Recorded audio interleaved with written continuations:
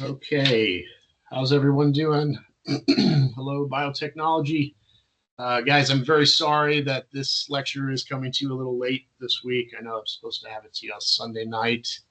So, yes, it's 2 days late. I'm very sorry. It's just been a very busy week.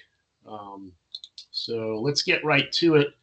We're going to do chapter 6. Be sure that you're using the most updated version of the PowerPoint slides.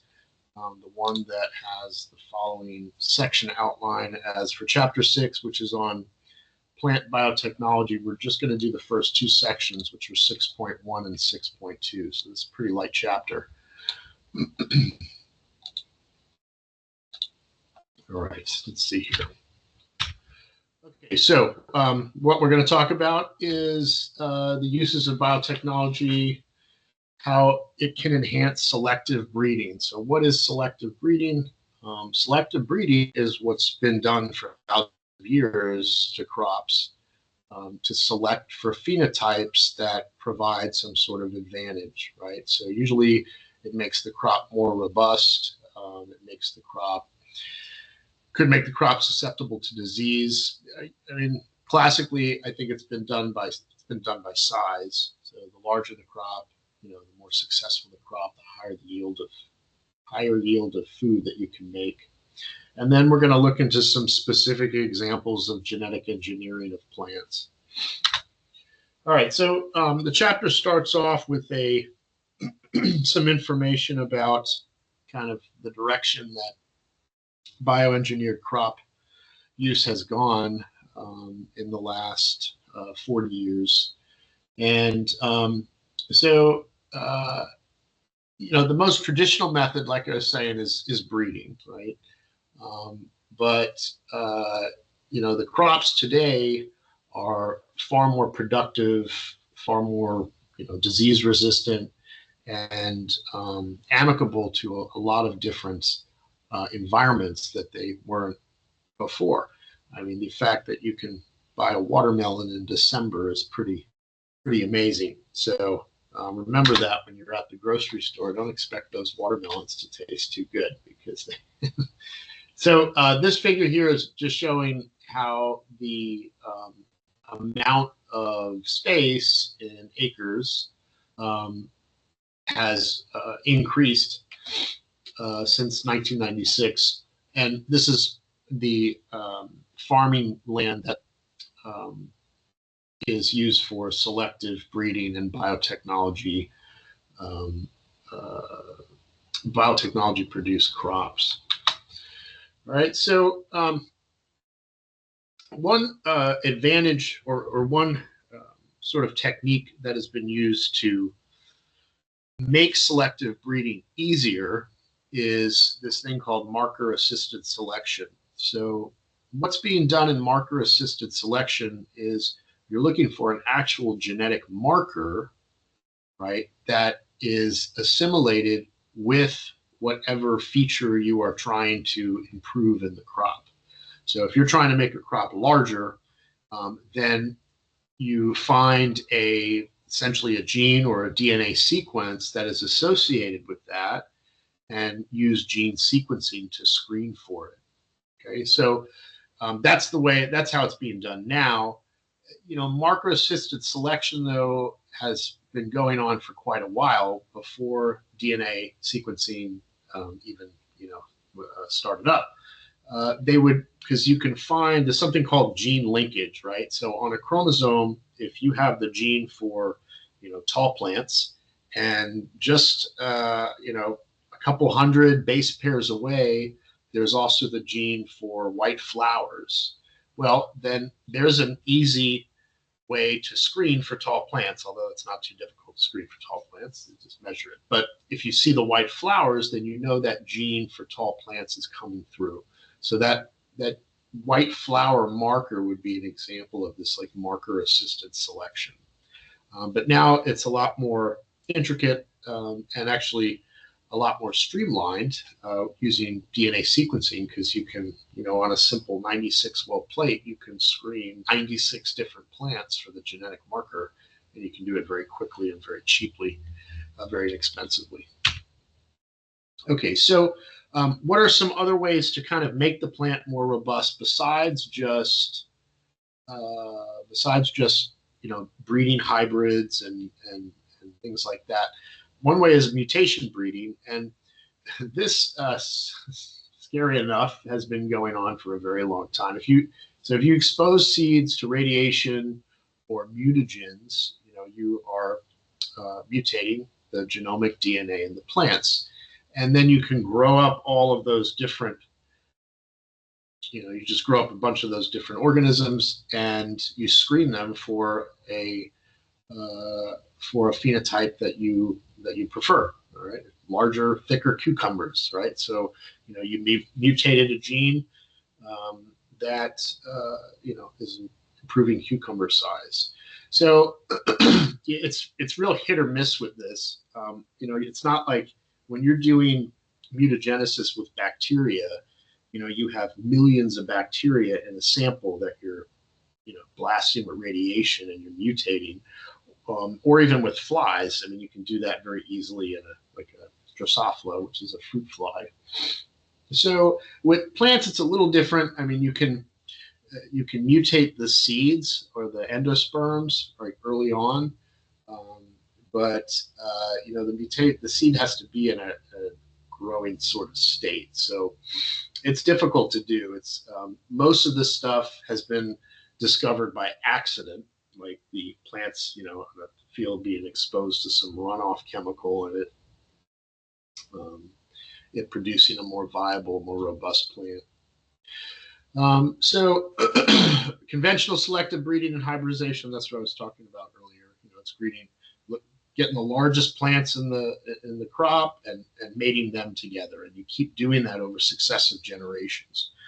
But there's more modern methods which actually go in and more precisely manipulate the DNA, and that we're going to talk about some of that tonight. All right. So conventional selective breeding, involves taking a male and female plant gamete, combining them together, and getting the phenotype of both of its parents. So one thing with plants is we talked about this back, I think, in chapter 2 about ploidy, right? So ploidy is like the number of genomes that you have in a cell. Okay, so all of our cells, except our sex cells, are diploid, which means we have 2 copies of the genome. One copy you get from mom, and another copy you get from dad. And during fertilization, those copies combine, and now you're diploid. So you have 2 haploids, right? Haploid sperm and a haploid egg, which both have 1 copy of the genome, and during fertilization, they combine to diploid.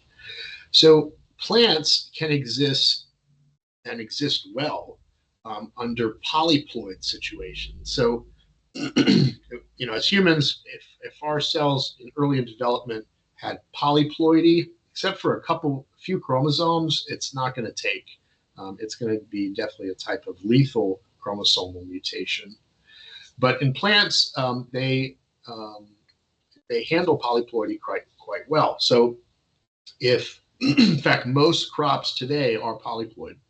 And this because of the type of breeding that's been carried out for those crops. In general, it increases the desirable traits, right? And mostly that's its size. It will increase the size of the crop, right? So you're having multiple chromosome sets, and some plants, the polyploidy can be increased greatly, like up to 30 copies of the genome is very possible in some certain plants. Okay, so one way to produce a cell plant that has multiple genomes is this technique called protoplast fusion. I think this is one of the paper topics for this semester. I think someone's doing it. Looking forward to reading that. So, so protoplast fusion is the fusion or the combining of 2 organisms that are diploid, and of 2 sex cells that are diploid, and then the offspring retaining those full diploid genomes from the parents. So it typically makes the cell bigger and more robust, Um, and the cell that develops into the plant will retain that ploidy and pass it down to other generations. And with protoplast fusion, you can imagine taking two haploid cells and fusing them together, making a diploid, growing that plant up, and now taking two diploid cells, fusing those together. And you keep repeating that cycle over and over for successive generations, and you can increase the ploidy very, very much, a lot, and increase the size and the positive phenotypes of the plants. A good example of this is what's called Brocco flower. That was brought up in the book. I've heard of that before. And it basically took a broccoli plant and a flower plant, broccoli plant and a cauliflower plant, did protoplast fusion of the two, and you have a plant now that is like both broccoli and cauliflower. I've never tried it, but I know it's out there. All right, so now the way to do this kind of interesting, and if you take biotech methods, the biotechnology lab, or if you take cell culture, which is another course part of the biotechnology degree, you will actually do a experiment involving this where you'll produce a callus and you'll grow it up and things like that. But so a callus is if you go out to don't do this if you're at your parents' house, but if you go out to your backyard and you hit a tree with an axe, like a few weeks later, you're going to notice that the wound of the tree is starting to grow like a hump or a big bump that grows out of the tree. So this is called a callus. And what's interesting about the cells of the callus is if you pluck them out and if you plant them and have them in the correct conditions with the correct nutrients, that callus will actually grow into an entire plant. So what they do is they harvest cells from the callus, and they can actually extract what are called protoplasts. And protoplasts are cells. Whenever you see the root plast, that means that it can like form into a bunch of different cell types. So protoplasts can develop into other cells. One step that they have to do, they have to treat the cells with cellulase because that callus is growing up and it's got a lot of cell wall. If you're going to do some sort of fusion, you have to break down all that cell wall. So cellulase is going to break down that cell wall. So you got the protoplast. So each one has, let's say, a diploid ploidy, so two copies of the chromosomes in each one. And now, if you culture them correctly, there's ways that you can chemically induce fusion. You can also, there's techniques where you can induce it with electricity as well. So now the cells will fuse, and now 2N becomes 4N. You can grow those protoplastic cells, and now you have a bioengineered plant. All right, so this will result in a cell that has multiple copies of the genome. So what is another method for inserting genes into a organism, a plant? There's this bacterium called Argobacterium. And Argobacterium is interesting. What it does is it will infect plants. So it usually infects plants at the site of a wound as well.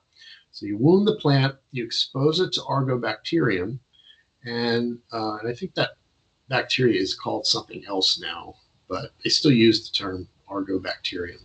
But so Argobacterium it's not a virus, it's bacterium, but it can actually, through process of breaking down and exposing the DNA that's in the bacteria, the plant will take it up. So this bacteria releases its DNA. The DNA is taken up into the plant cells, and genes from the bacterium integrate into the chromosome of the host plant cell. These are called TI plasmids. Remember, plasmids are extra chromosomal pieces of DNA that are found naturally in bacteria. These plasmids are unique. They contain genes that are tumorigenic. They will actually make the plant cells tumor-like, cancer cells or plant cancer. Um, and so we know using this organism is a way, it's a method of getting foreign DNA into the plant cells. So now they replace the tumor genes with genes that are going to increase the size of the plant or make it disease resistant or make it fix nitrogen better, things like that. So they're not eating like tumor cells. But one thing you can appreciate with what we're talking about tonight is people that are very skeptical and scared of genetically modified crops. I mean, all of these techniques have to do with things like cancer. They have to do, they're exploiting these natural physiologies that are occurring, such as cancer, viral infection, using heavy metals, as you'll see in a little bit when we talk about the gene gun. So, it's understandable that people are fearful of genetically modified crops. All right.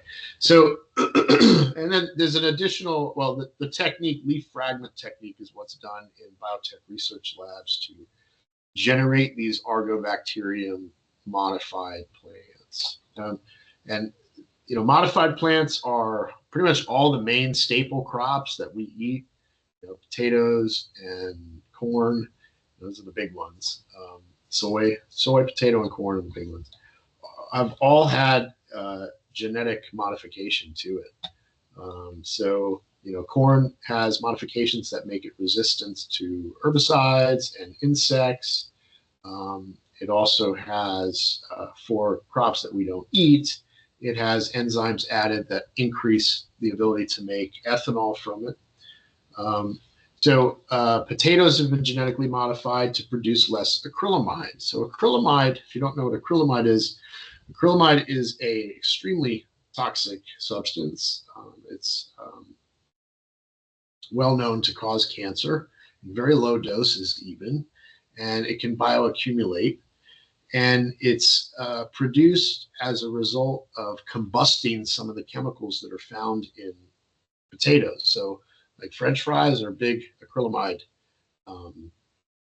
maker, like just combusting them in that hot oil. So they have reduced the levels of the chemicals that can turn into acrylamide from the potato by using a method we'll talk about in a little bit called RNA interference.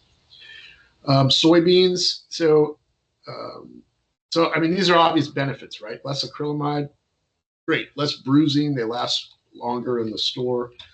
Less saturated fat in soybeans, that's great. Insect resistance. But the methods that we use to generate these crops, besides selective breeding or to enhance selective breeding, they can come off as a little scary. Wheat, herbicide resistance. Okay, so the process of this argobacterium, right? So like I said, it enters a plant through a wound and it inserts its DNA into the plant cells, right? So the DNA that's inserting from that TI turns cells into a tumor. And the reason it does that, it's like a symbiotic relationship that the argobacterium is having with the plant, because now the tumor cells will house the bacterium and feed it, provide nutrients for it. So these tumor cells, we call them crown cells. And this figure is just showing how you can generate with them. You get a wound on a plant, it gets exposed to argobacterium, and it's full of those tumor cells.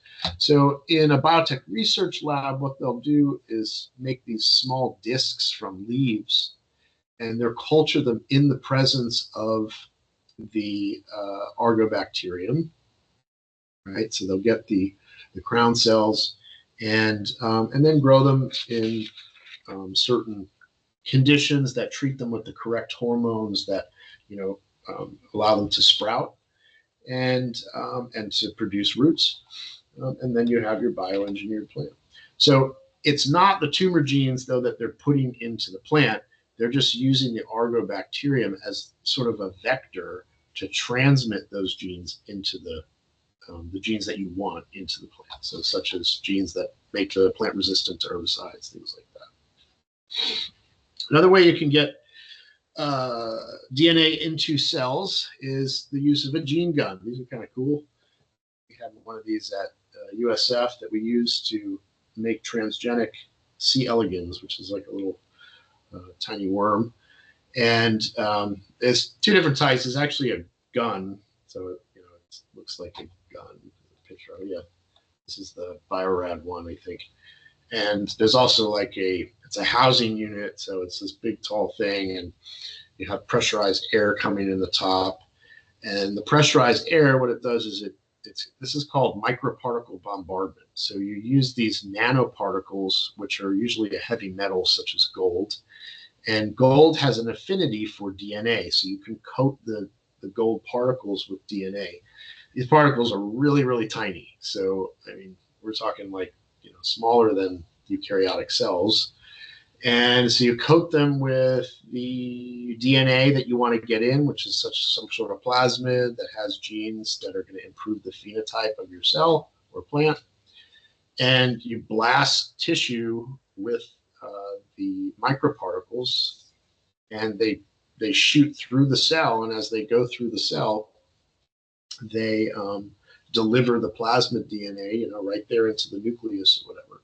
So it's a very toxic procedure. You can imagine blasting particles through a cell will kill many of the cells, but some of the cells will survive. You're blasting millions of cells at a time, and some of them will take up the DNA, and some of those, even the genes, will integrate into the chromosome. So it's a way that you can, if you have any sort of embryo, you can relatively easily deliver DNA into it. We had one of these gene guns, and we would fill up like a 50 mil conical with the C. elegans. We'd just point the thing in there and shoot it, and then we would shoot our lab partner. Well, I'm just kidding. We would do that. So so it just uses pressurized air. Maybe this one, this one has an actual firing pin, but it's not like a gunpowder thing or anything like that. It's just pressurized air. All right, so a way of delivering exogenous DNA into cells, and that DNA hopefully incorporating into the genome of the host cell. So, we talked about some other methods, right? So I think we talked about microinjection. So that's a way that you can do it as well.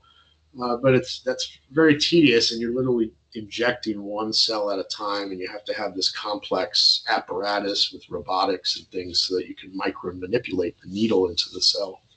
This is a way you can just blast a whole bunch of cells at once.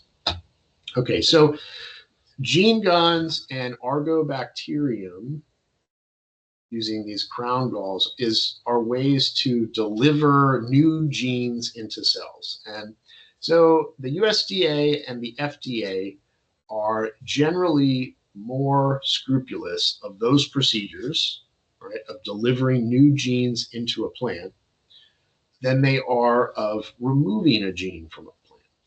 So oftentimes, like, if you have a enzymatic product, that product is the result of multiple steps, right? There are multiple enzymes, genes that are involved to produce that final product, right? If it's a protein that enables the fruit to spoil, right, then you can find a gene in that pathway and knock it out, turn it off, and then you won't make that protein anymore, and now the food won't spoil as quickly. Okay, so oftentimes knocking out genes can be used to improve the quality of an organism or a plant. An example of this is this tomato called, maybe some of you have heard this, flavor saver tomato. So that was not using CRISPR, right? But it was using what we'll talk about in a little bit, antisense RNA. But so CRISPR-Cas is a method by which you can knock out a gene in a cell, right? And it's very targeted. So as long as you have sequence information, you can deliver basically that sequence, and using the Cas CRISPR editing system that cells have, to delete that gene essentially from the genome. So CRISPR has been used a lot because the FDA, USDA don't look at knocking out genes with the same, delivering the same problems that putting genes in to a system would cause. So a lot of plant things that we eat, button mushrooms, corn, bananas that don't ripen as quickly, so that you can sit them on your countertop for a little longer. So another method to knock out a gene uses antisense. So there is a system in cells called small interfering RNA, or siRNA. And the siRNA pathway, it uses all these proteins to basically go and silence an RNA that's being transcribed from the nucleus. So I'm just going to jump to the figure here so I can explain a little better. So here you got a normal tomato, right? So you have the gene for this protein called PG, right? And PG, this protein induces rotting in the tomato. So the PG gene is read in the nucleus, a piece of RNA is made, and then that RNA travels from the nucleus to the ribosome, which is in the cytoplasm. The ribosome reads the RNA, and it produces the PG protein, and the tomato decays, right? It rots. So antisense RNA basically gets rid of that mRNA that's traveling from the nucleus to the ribosome. And the way it does that is by introducing an additional copy of the PG gene into the genome. So now if you do that, what's going to happen is you're going to get two pieces of mRNA that come out of the nucleus and go into the cytoplasm. And those two pieces of mRNA are going to dimerize. They're going to hydrogen bond together, making what are called complementary messenger RNAs. One of those RNAs, we call it the sense RNA, which is like the original gene. And then the other one is called an antisense mRNA, and that's the one that we've put into the plant. Now, when they fuse, it's like a signal for the cell to stick this big protein complex onto it and cut it up. So now you have no RNA that's able to go to the ribosome and produce a protein. So to produce this flavor saver, I keep thinking of that rap musician, Flavo Fave, whatever his name is, whenever I hear flavor saver. Anyway, so so this has been used to produce flavor saver tomatoes, right? So they added a antisense gene into the genome of the tomato, and now you get the siRNA effect of the gene that induces rotting of the tomatoes, so they last longer. Okay, so that's all we're going to do in this chapter. We're not going to do the stuff on the viruses. We have our exam is a little ways away. Let's see, let's just do a check here on the exam time coming up here. Syllabus. Simple syllabus takes forever to load. Okay, this is quicker. Exam 2, March 9th. So it's coming up. Okay, so this is chapter 6. And so by Sunday, I will have it on time this week because we're getting close to exam. On Sunday, I'll have chapter 7, which is, I believe, animal biotechnology. It's going to be like the same level of difficulty that plant biotechnology is. Then you will have your exam. Okay, so it's due on the 9th. Okay, so your exam will cover up to chapter 7. Let me just double check and make sure I've got that on the syllabus.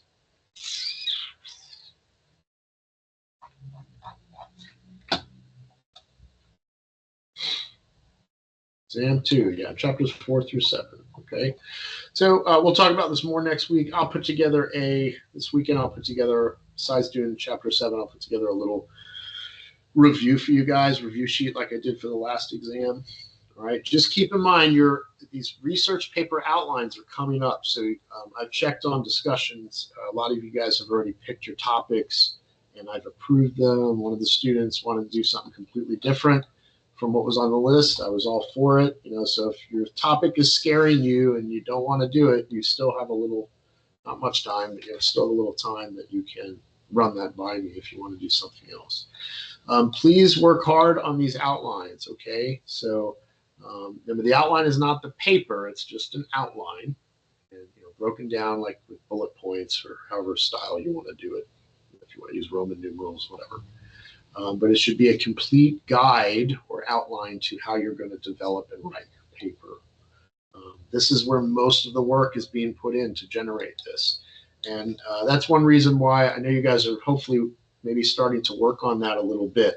So I'm cutting the load of material that we're covering in these chapters so that you guys can do really good work on this outline. And then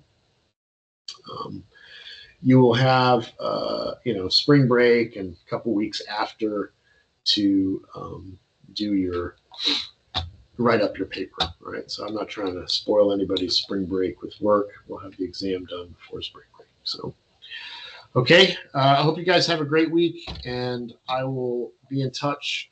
It'll probably be Saturday or Sunday when I get the next chapter. It will be in by Sunday at midnight, but whether it's Saturday or Sunday, I don't know yet. Anyways, guys, hope you're doing well, and I will talk to you soon. Please reach out if you have any questions, need any help. Stop recording.